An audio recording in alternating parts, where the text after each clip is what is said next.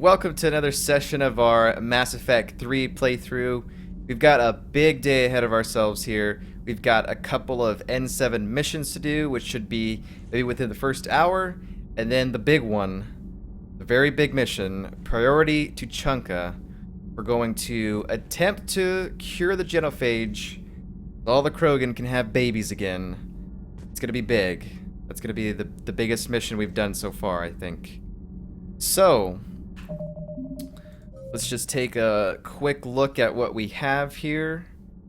The missions that we need to do are abductions and attack. We're going to be doing those because we have to do Benning before Tuchanka, and I believe it is improved power grid before Tuchanka. Those are the only two missions we have to do, otherwise, if we start Tuchanka now, we will not be able to complete them. So, because we're doing our 100% run, we've got to make sure we do this correctly, and I believe that is the right way. So, before we get started here, let's learn a little bit more about the Reapers. More particularly, I think we have Marauders and Harvesters, I think, or something like that. I don't know. Just a couple. The Reaper, Just called Harbinger, is believed to be the Brute. oldest. The Brute is a hulking amalgamation of Torian and Krogan victims of the Reapers. Because tissue from dextroprotein species like the Torians is incompatible with levoprotein species like the Krogan, implants regulate the Brute's body chemistry to combat organ rejection. It is the fusion of Torian military skill and Krogan blood rage that makes the Brute such a formidable enemy, capable of destroying armored vehicles to get to the soldiers inside. Troops are advised to keep their distance and, whenever possible, not engage a Brute alone. So there's the weird Brutes. Last one is Marauder here. Remington says, I hardly did anything this weekend. Mike and Fury talking made me binge Fear the Walking Dead. How was it, man? How was it? Are you caught up now? Season 2? Season 3 starts in a couple months, I think. Today is Better Call Saul, man. Season 3 of that. I'm gonna have to watch that in the next day or so. Marauders are harvested Turians that command and protect other Reaper troops. The lean, armored creatures present a significant threat in and of themselves, but they are especially dangerous when leading a Reaper task force. They're definitely Alliance Turian. Marines have observed Marauders fortifying husks and cannibals by enveloping them in a ribbon of energy that forms a scabby shell of armor. For this reason, when Alliance soldiers encounter a Marauder alongside husks or cannibals, standing orders are to target the Marauder first. Yeah, always go for the Marauder first. That's the plan.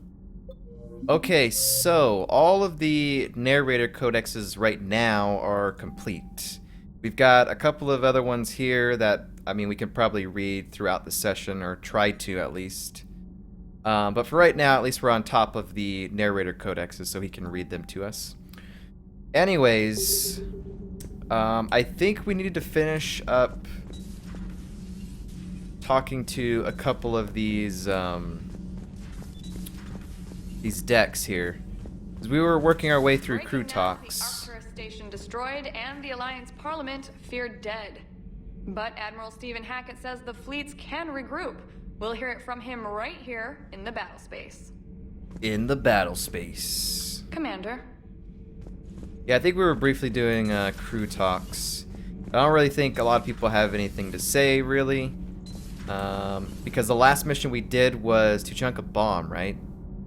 I think that was the last one. That was the last one. Remington says, yeah, I'm caught up. I loved it. Awesome, man. Guy Fury says, I'm mid-season 2 right now. Really liking it so far.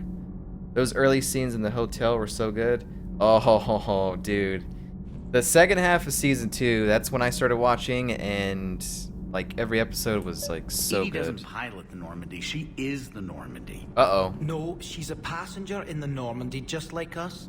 The ship was a spacefaring vessel before Edie even existed. Engineer Donnelly is correct. The Normandy SR-2 was completely spaceworthy prior to my installation. See, Edie agrees with me. Edie's mind and the Normandy are a whole entity now. You couldn't just move the processors in the AI core to another ship. Engineer Adams is correct. Processes that contribute to my self-awareness. Who do we are support spread here? throughout I'm the ship. confused. See? Edie agrees with me. Right? But unlike Edie, our brains couldn't have existed without our bodies. That is a requisite from being organic. You have to look beyond that limited definition of life. Joker pilots the Normandy. He doesn't take over Edie's body when he does that. When Edie controls the ship, she's piloting, just like Joker. Edie doesn't pilot the Normandy, she is the Normandy. No, she's a passenger in the Normandy, just like us. The ship was a spacefaring vessel before Edie even existed. Engineer Donnelly is correct. The Normandy SR2 I think was Donnelly completely spaceborne prior to my is... installation. See, Edie agrees with me. Edie's mind and the Normandy are a whole entity now. You couldn't just Yeah. move the processors in the AI core to another I think ship. I agree with Engineer Adams is here. correct. Processes that contribute to my I think self-awareness Adams is the guy are spread I'm throughout going the to ship. side with here. See? Edie agrees with me. But unlike Edie, our brains couldn't have existed without our 'Cause bodies. he's not so much for the That is a AI, requisite from apparently. being organic. You have to look beyond that limited definition of life. I don't really think it matters, Joker but pilots the Normandy. He doesn't take over Edie's body when he does we're gonna that. support Adams. When Edie controls... Edie can direct the Normandy with her thoughts. She sees, hears, and feels through the ship's sensor arrays. The Normandy is her body. I've seen Edie's body, and its curves are a fine sight better than the Normandy's hull. So what do you think, Edie? Are we more than our thoughts? I'm done. Any more of this and my head's gonna explode. It says the better accent, obviously. No, I went with Adams because I think Adams is... He's appreciating the people that, you know, are doing their job as well as with Edie, and he is like, nah, man, it's not about Edie, it's about us. People that are, you know, the humans on the ship. At least I think that's what was happening there. Commander, remember the problem I mentioned? About a core overload possibly venting into the engineering compartment? No. Daniels, Donnelly, Edie, and I have been brainstorming and comparing notes. You see, the venting occurs when IES sinks are in a back cycle. At the same moment, the main core is at peak draw, such as from sustained kinetic. What Kenneth means to say is that we're pretty sure we can make the system safer. We just need a GX-12 thermal pipe. Unfortunately, we're cut off from Alliance supply chains. Could you keep an eye out for one the next time you're on the Citadel, Commander? I've got the specs right here. Why do we need this? Are these modifications really necessary?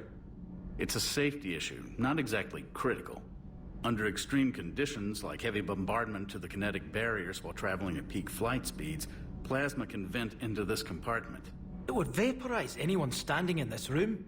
That sounds more serious than just a safety issue. Well, under those conditions, odds are you're about to lose the entire ship anyway. But we want every advantage we can get, right? I gotta say, that Engineer Daniels, her face model looks pretty good. It's kind of like the first time we've actually seen their faces close up in, you know, sort of this dialogue sequence here.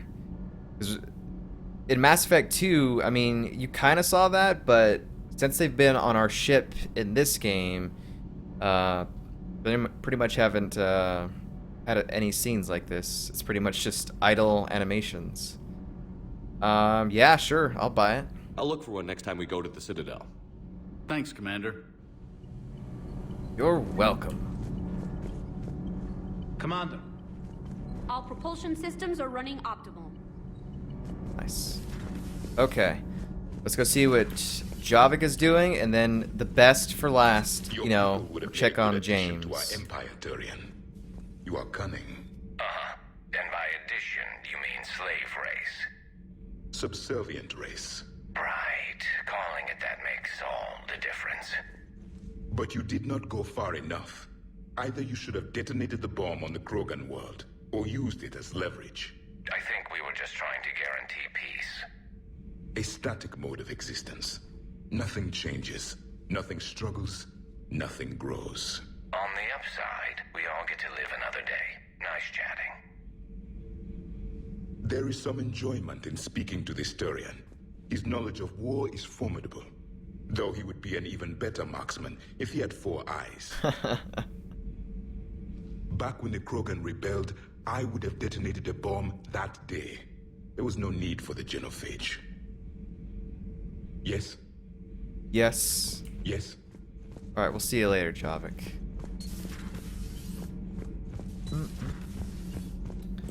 Alright. Shuttle bay, and then we'll get started.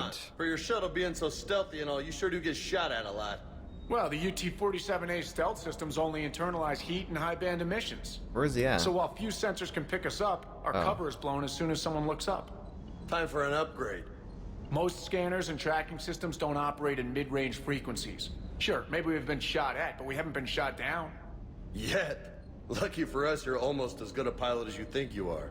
Well, yeah. There's that, too. I probably should have asked this a couple of minutes ago, but for those that watch Fear the Walking Dead, you guys got a favorite character? Gotta know, man. Gotta know. Here, we got a quote from Friday. I think you like it. Oh, yeah. That's right, man. We do. We got a new quote. We finally messed around with the quote in the Nightbot. That last drop on Tuchanka was intense. I tried providing air support, but the sky was so full of Cerberus, it was like someone kicked a hornet's nest. Doesn't hurt to go over the weapon roster one more time. Shuttle's primed for the next drop. Shuttle's primed for the next drop. Alright, let's go talk to James here. Too bad about Tarquin. I was starting to like him. Hey. Hey. Hey. Hey, that's it. That's all I gotta say. It's one line. That's it. Hey, hey, hey.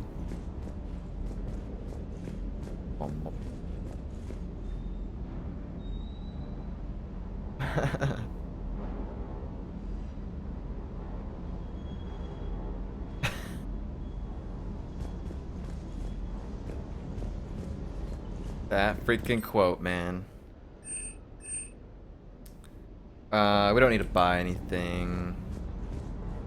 Do I need to purchase weapon upgrades? Maybe. What kind of weapons do I... Which weapon do I have? I've got the Harrier. Okay. The Harrier and the... maybe Eviscerator. Let's see. Harrier. Let's go ahead and buy that. And Eviscerator, sure. And go ahead and drop some money on that too. So we have now upgraded those weapons. I want to see how much extra weight we have spare.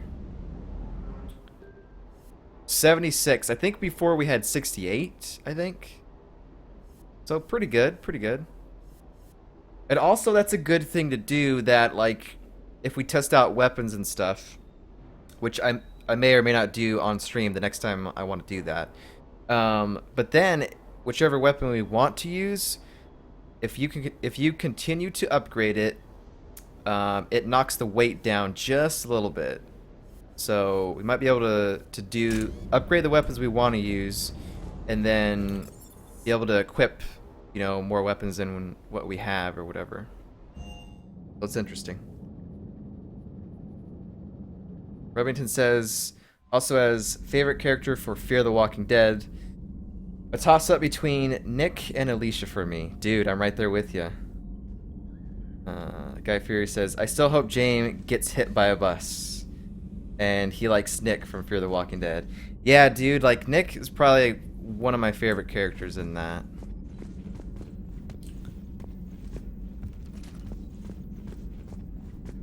The heck was that animation there? Did you guys see that? It's like he had a weapon in his hand, but he didn't. I don't know, that was weird. But yeah, and then the first time I saw Nick in Fear the Walking Dead, my brother and my dad had joked and were saying stuff like, yeah, he kind of looks like Johnny Depp or A little bit like Edward's Scissorhands or something. Commander? It's kind of funny. Anyways, let's do it. Let's do some missions here. So we have abductions, which is linked to the Benning mission. Or we could do Cerberus Attack. This is on Tuchanka. So I guess we'll do abductions first. Well, we're going to find something here that requires us to go back to the Citadel as well as this. So I guess it doesn't matter. I guess we'll do Attack first. Cerberus Attack. Let's do it. Let's get into some action. Cure Genophage? Nope. Cerberus Attack. Here we go.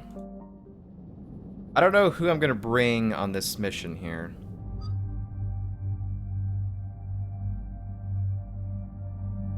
Let's see. We brought Garrus and Liara the last time. And before that, I think it was Garrus and Javik. So, could be an Edie mission. We're going to be dealing with Cerberus. So, they're probably going to have shields and or armor. So I think Edie is probably a good choice to bring. And I don't know about Javik, man. Do I do it? Do I bring James? Do I do it?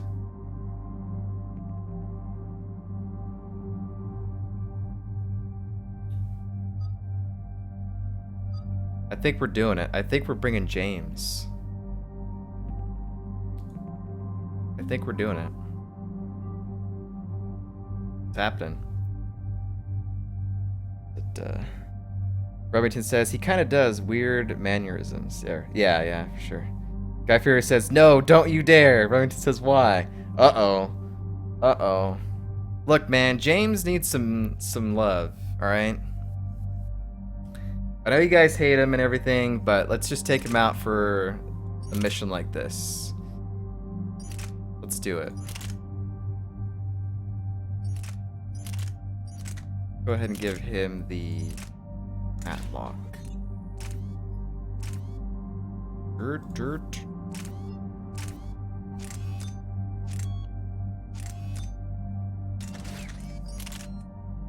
Crusader. Yep, that looks pretty good. That damage is good.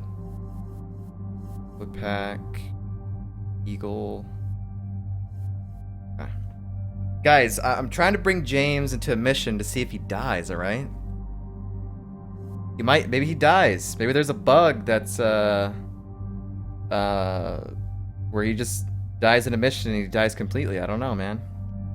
Not James. Crying face. Guy Fury says, James. James needs to be put down. That's the only love he needs. And then Remington's is puking. Oh, man. The chat is in an uproar right now. And I kind of like it. It's kind of fun. Alright, we're good. Let's see. We haven't used James since the Palaven mission, so this bro's got a ton of stuff here. Melee damage. Nah. That. 30 damage. Or 30% more damage. Carnage. Carnage is actually like a pretty good ability. Arms Master. Health and weapons or more damage? More damage, James. Come on, dude. More James. More James? What? More damage, James. More damage. God, look at our rep. Look at that. So good. Got a little bit of Renegade going there for us. But majority of it is Paragon, so that's good. I think we're good. I think we're good.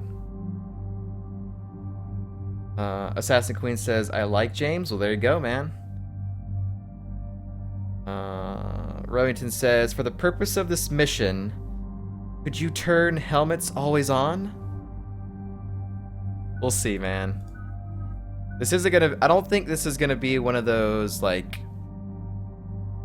This is going to be one of those, like... We just drop down and we kill things, pretty much. I don't really think there's gonna be story purposes here, but... We'll see.